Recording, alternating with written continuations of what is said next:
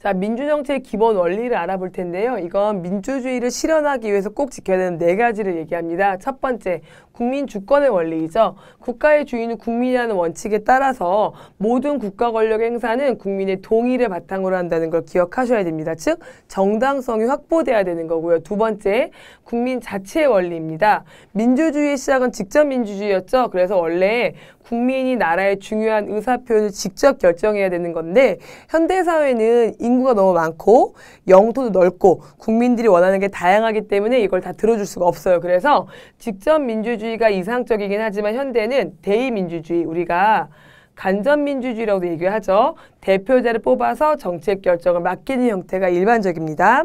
그리고 세 번째는 권력을 분립시켜 두고 있는 거죠. 국가 권력을 입법부, 행정부, 사법부 같이 여러 기관에 분산시켜서 서로가 견제와 균형을 이루도록 하는 원칙입니다.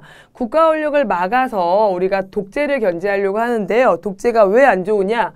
국민의 기본권을 침해할 수 있기 때문에 결과적으로 독재를 견제하는 이유는 국민의 기본권을 보장하기 위해서라는 걸 기억하시면 되고요.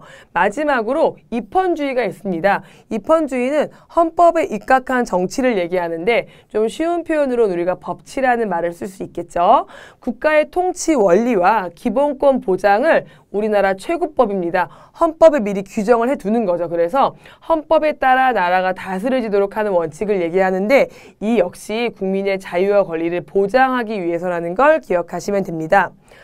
자, 현대사회는 어쩔 수 없이 대의 정치를 하고 있어요. 간접민주주의를 하고 있는데 민주주의의 의미를 제대로 실현하기 위해서 사실 직접 민주정치가 옳거든요. 그래서 우리는 대의정치를 보완해주기 위한 직접 민주주의적인 요소를 가지고 있습니다.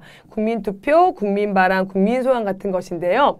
국민투표는 국가의 중요한 정책을 국민의 직접 참여를 통해 결정하는 겁니다. 우리나라에서는 헌법 개정안이거나 아니면 중요 정책 결정 시에 국민투표로 의견을 물어보고 있고요. 두 번째, 국민발언은 국민이 직접 헌법 개정안이나 법률안을 제출할 수 있는 제도인데 현재 우리나라에서 시행하진 않습니다. 그리고 국민소환은 우리가 뽑은 사람인데 그 대표자가 국민의 뜻을 제대로 반영하지 못하는 거죠. 그때 우리는 그를 소환하거나 해직할 수 있는 제도입니다.